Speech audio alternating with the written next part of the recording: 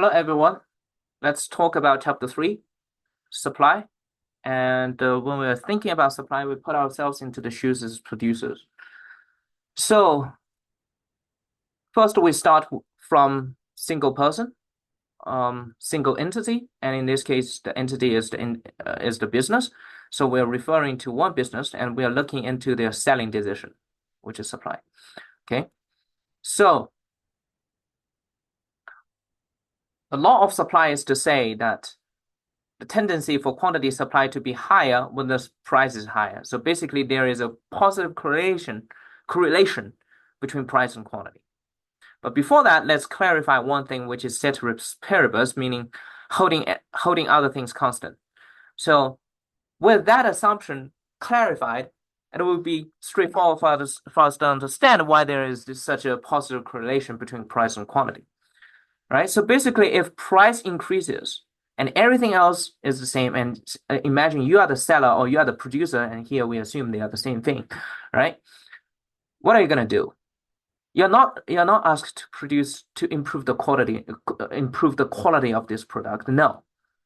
What you just need is to produce exactly the same thing that you feel comfortable in producing, right? As you normally do. Then, if the price of the same thing increases, what do you want to do? You want to make more money, right? So you want to produce more. So that is what this law of supply is telling you. When the price is higher, when the market offers you a high price, you want to work out more. You want to produce more product, right? So the price is actually the incentive, and when the price is higher, you have a stronger incentive to produce more. So that's basically the idea. The price rises, the quantity supply rises, right? And the assumption is ceteris paribus, holding everything else constant. So that's part one and part two. And now let's look at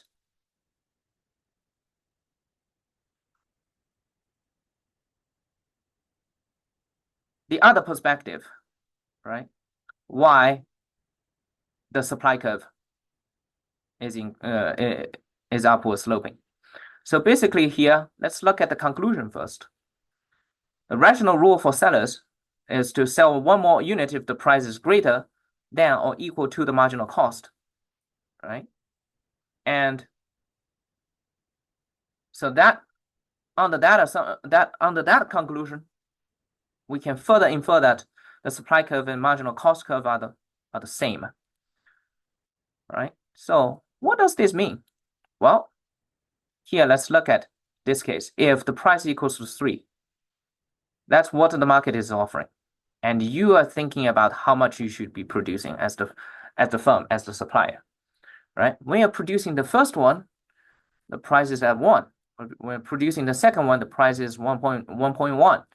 When you're producing, and as you see, when you're producing more and more, the marginal cost, the cost of producing additional product is increasing. That is what rising marginal cost or increasing marginal cost means. And under that assumption, eventually you're going to be expanding your output until the marginal cost equals to the market price, right? If you produce too much so that the marginal cost is higher than market price, what happens?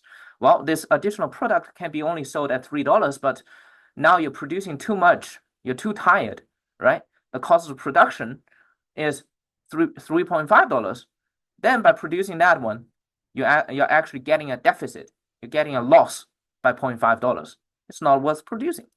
So now, the following question is why we assume this increasing marginal cost.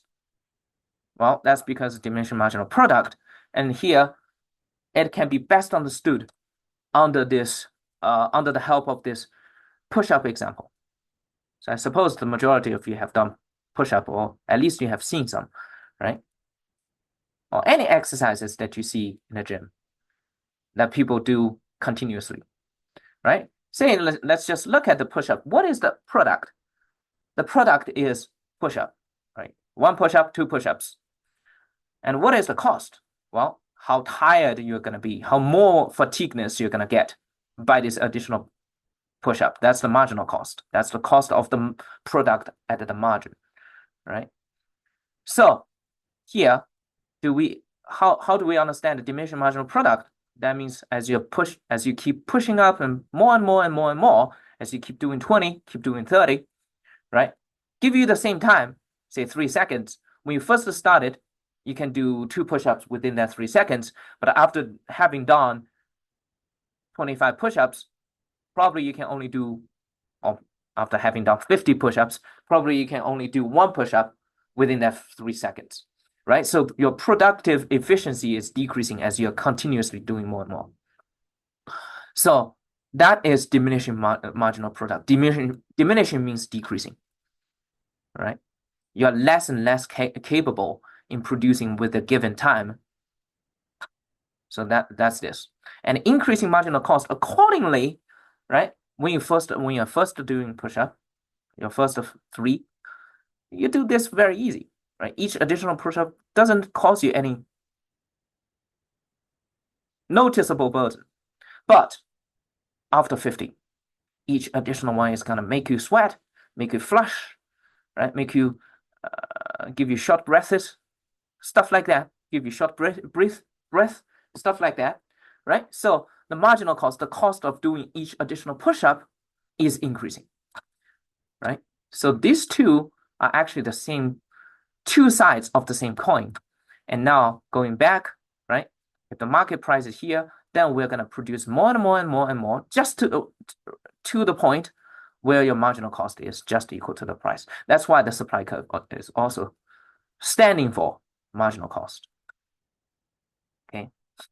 Then in chapter 3, in section 3, let's talk about how do we leap from individual to market. This is something that we call horizontal summation. Okay. So basically, this market that we are talking about here is assumed to be perfect competition. Perfect competition is like, for instance, gas stations, right? They're on the different titles, but the configurations, the setup, almost the same, identical, right? Or fast food restaurants. You may argue that they differentiate, but very small difference in between them, right? So basically, in those perfect competition market, we're gonna talk more about this at the end of semester, right? Each firm is assumed to be the same, right? They're doing exactly the same thing. Then let's look at what each individual firm is doing. When the price is 1, it produces 10. But now we have 100 identical firms.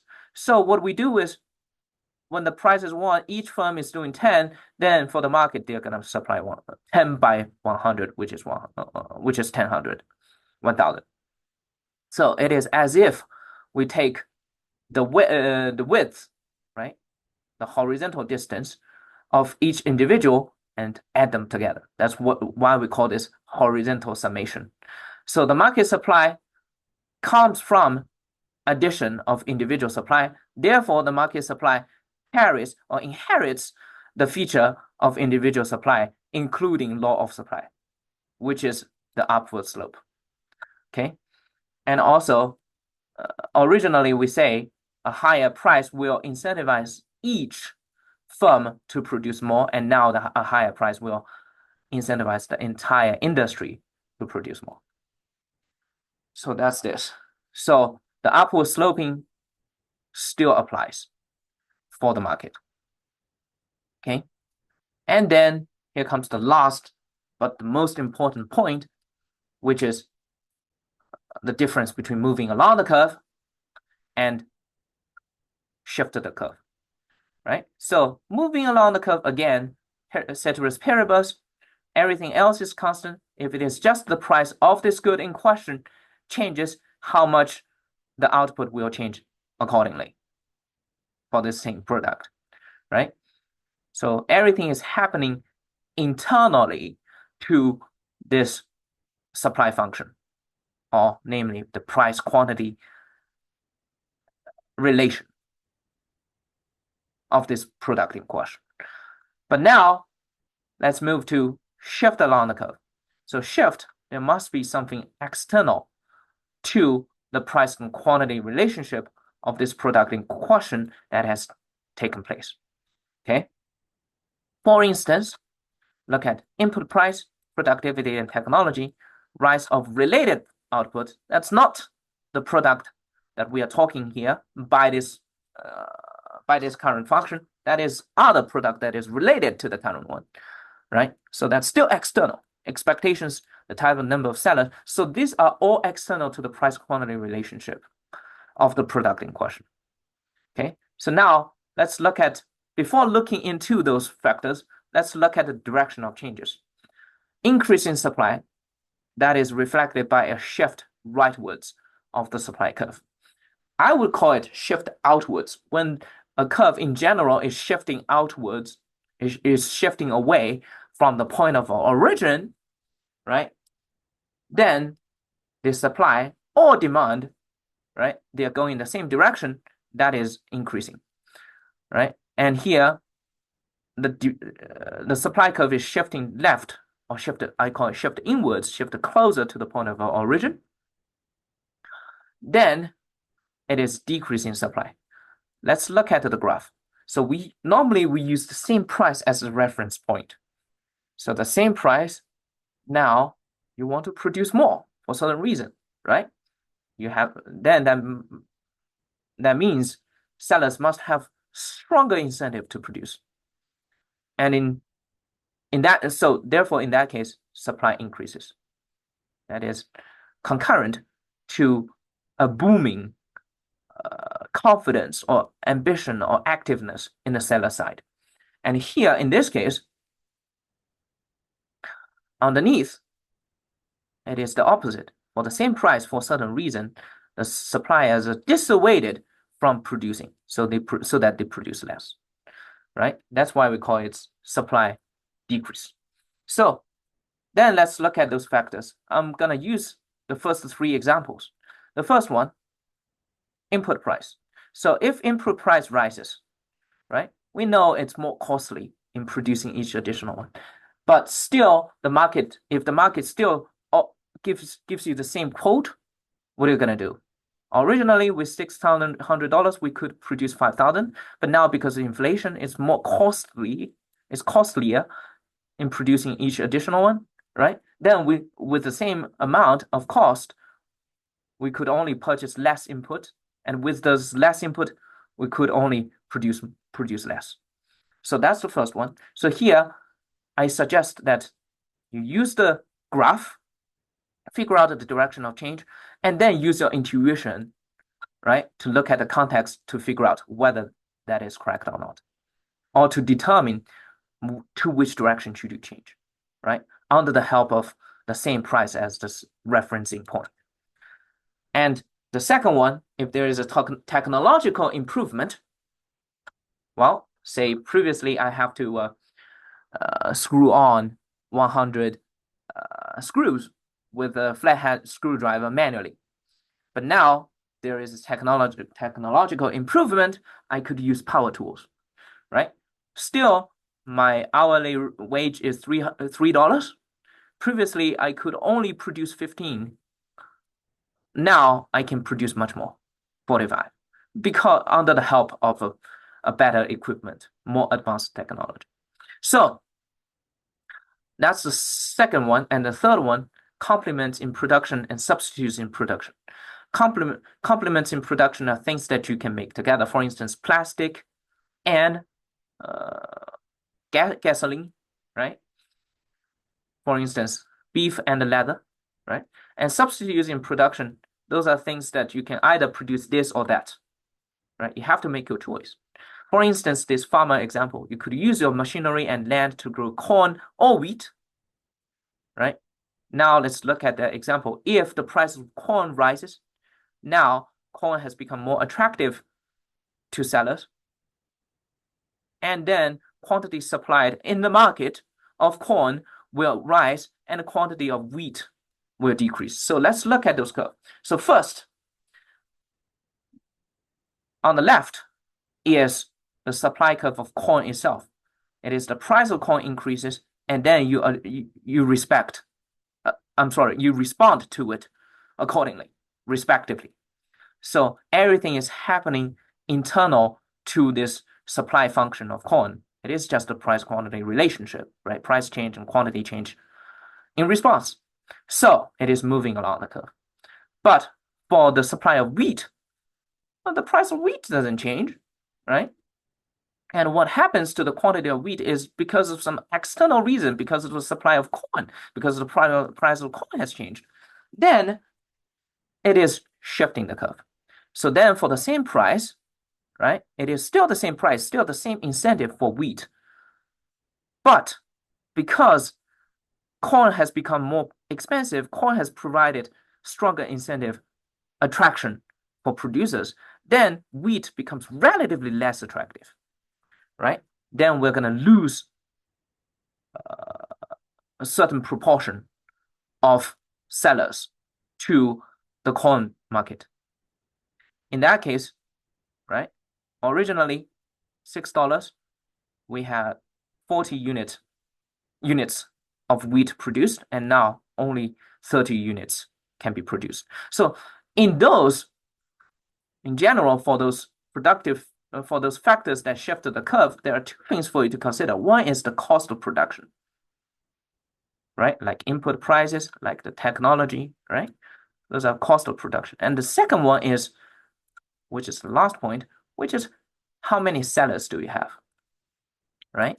So in this case, it is because that the price of corn has increased, that has taken away, has stolen certain proportion of sellers from the wheat market, so that what is happening to the wheat market is that the seller body is withering, is decreasing, right? So that resonates with this.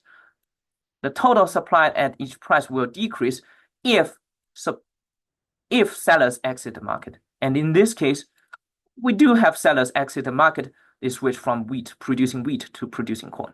So for wheat, we lose sellers, therefore supply curve shift to the left. Okay, so that's exactly this case. If sellers exit the market, supply curve shift to the left. Because again, for perfect competition, because of perfect competition, each individual seller is producing the same, right?